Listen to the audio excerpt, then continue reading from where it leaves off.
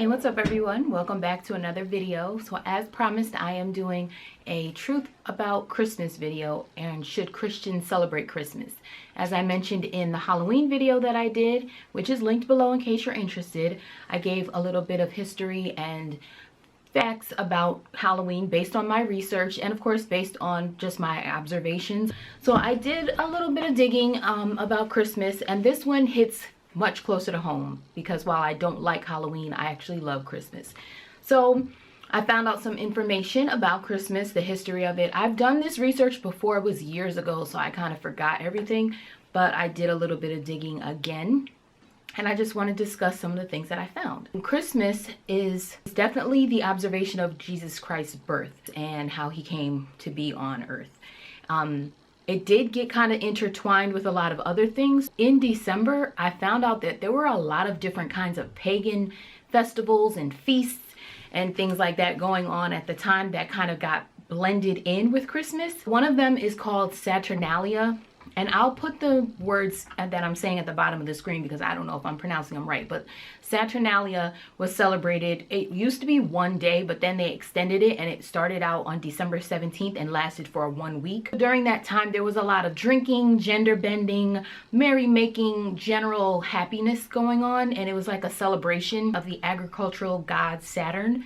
And that was a time when, of course, you know, in the winter time, the days are shorter. The sun is not out as much. So around the winter time, a lot of people that were, you know, non-religious people or pagan, I would say, were celebrate different things because they based it on their natural transitions of life. In the winter, they couldn't plant things, they couldn't grow things.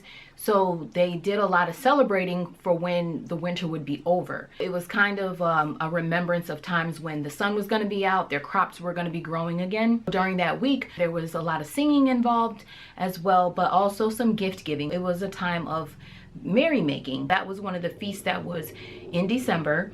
There was another one called Sol Invictus. I'm pretty sure you pronounce it Sol. I think I saw that. Sol Invictus was the god of the unconquered sun. And supposedly he died on December 21st and was reborn on December 25th. December 21st, 22nd, 23rd, and 24th were said to be the shortest days, the darkest days, so the least amount of sunlight in the day on those 4 days.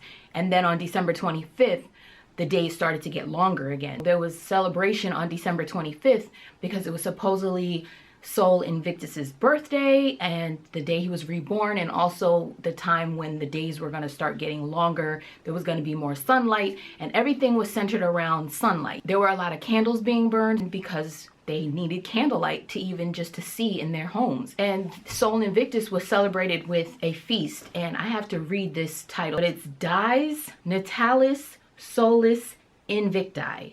And that was the festival that they had to celebrate this god's rebirth and birthday. December 25th was felt to be a time when the sun would renew itself and the cold weather and the winter would be dead. Even though we know winter is really just getting started around December 25th. But either way, this is the way it was celebrated. So that's what I found. Also, Mithras was celebrated on December 25th as well. And Mithras was, I have to read this also because what he's the god of the light, truth, oaths, integrity, and covenants. And he was celebrated because it was said that the heavens darkened and the light from heaven fell out of the sky, dropped into a rock, and then on December 25th, Mithras emerged from the rock with a dagger in one hand and a torch in the other. He bursted forth from stone. He's considered to be the rock-born god, celebrated on December 25th because that's supposedly the day he was born from the stone. It's hard to give a full history of Christmas in general, so I kind of just researched how it came about. A lot of things also kind of evolved over time. A lot of the gift giving that we do today is rooted in Saturnalia, but it's also in Saint Nicholas. Saint Nicholas is where Santa Claus came from. Apparently he was a Christian monk. His parents died when he was young and they were wealthy, so they left him money. But he gave a lot of things away to the needy. At night he would go out and give presents and gifts to different needy people. And he didn't want to be known for this, so he kind of did it in secret. St. Nicholas was known as the protector of children and sailors. I'm not really sure about the sailors part. I think there was some story about a storm, and then the sailors kind of prayed to someone, not sure who, but they attributed St. Nicholas to their survival. I didn't get a clear idea on that one, but there were two main stories about St. Nicholas. One of the stories was that there were 3 girls who were going to be sold into slavery and prostitution by their dad because they were poor and he didn't have any money to get them married. So when St. Nicholas found out about it, he supposedly threw a bag of gold coins either into the window or down the chimney. There were 2 different stories on that. Supposedly the gold coins landed into stockings that were hanging on the chimney to dry. The story of it dropping down the chimney sounds a little bit strange, because if there's a fire burning, why would you throw anything into the fire? But somebody else said that he threw it through the window and it landed in the stocking, which was on the chimney. Apparently he did that 3 times for each of the sisters, and then after the second time, the father wanted to know who did this, so he stayed up late and saw St. Nicholas throw the gold coins in for his 3rd daughter, and then he told everybody about it, and St. Nicholas became revered and honored all over the place. And anytime somebody got a gift and didn't know who it was from, they felt that St. Nicholas had visited them. And the other story about St. Nicholas was that he was traveling and he stayed in an inn, and while he was there he had a dream. He dreamt that there were 3 boys that were captured somewhere in the inn and murdered. The next day he confronted the innkeeper. The innkeeper confessed to previous murders, also told that he had kidnapped these 3 boys, and St. Nicholas found them in brine. So I guess the innkeeper was keeping bodies in brine until he could do something else with them or dispose of them in some way. And supposedly St. Nicholas did the sign of the cross over the 3 boys and they came back to life. From then on, he was just celebrated, revered, everything like that, and he died on December 6th.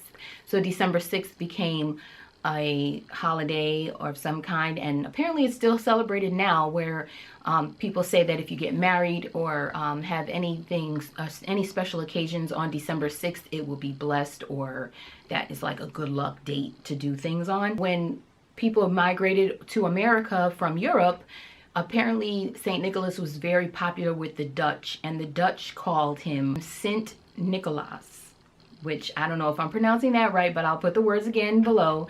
And the nickname for Sint Nicolaas was Sinterklaas, and that evolved into what we say as Santa Claus. And then also with his sleigh and coming down the chimney and doing all those things came about supposedly from this poem written by Clement Clark Moore. The name of that poem was A Visit from St. Nicholas, and it's also called 'Twas the Night Before Christmas. That poem was written in 1823. So now onto the Christmas tree. Back in those days, people decorated with evergreen, and it goes back to that same winter theme, and that everything died in the winter time. Winter was rough, short days, cold, usually a time of death and grief. Anytime there was a celebration of life, the people at the time looked at the evergreen as life, because it just stayed green all year. They did a lot of decorating with evergreen. They made wreaths out of it. They put it all around their homes. They also put some candles in the evergreen. So they mixed the candles with the evergreen, which was dangerous, but that's what they did.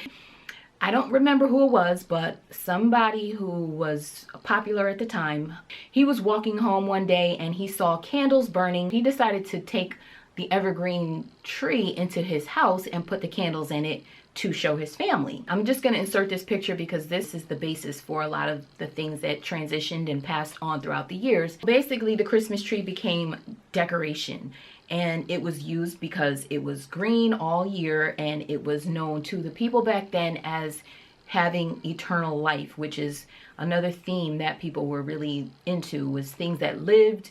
They were into celebrating life, which you can't argue with that. Who doesn't like life, and who doesn't like light? They didn't like the winter because it was dark, and that's why they put the candles out, because they liked light.